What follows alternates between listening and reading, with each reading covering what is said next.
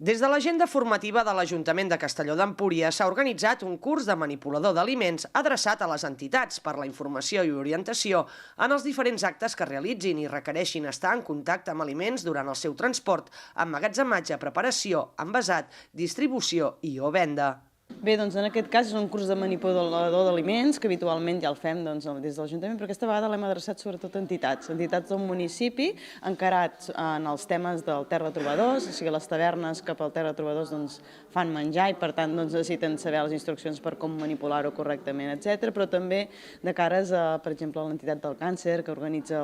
tots els dinars populars, una mica oberta a totes les entitats del municipi que en algun moment o altre o una festivitat manipulen aliments, es va creure dient oferir-los aquesta opció de tenir aquest carnet de manipulador d'aliments que a més la formació la fan encarada a les seves necessitats. Nosaltres som del Bordell, portem el Bordell, la taverna del Bordell, que aquest any va ser el primer any.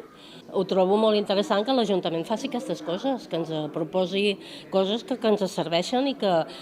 ens serveixen a tots, ens serveixen a les entitats i serveix a l'Ajuntament. Si hi ha algun problema o volen buscar pessigolles a sanitat, doncs sempre hi ha una seguretat de que darrere hi ha una feina bona, ben feta, no? I l'Ajuntament ho fa.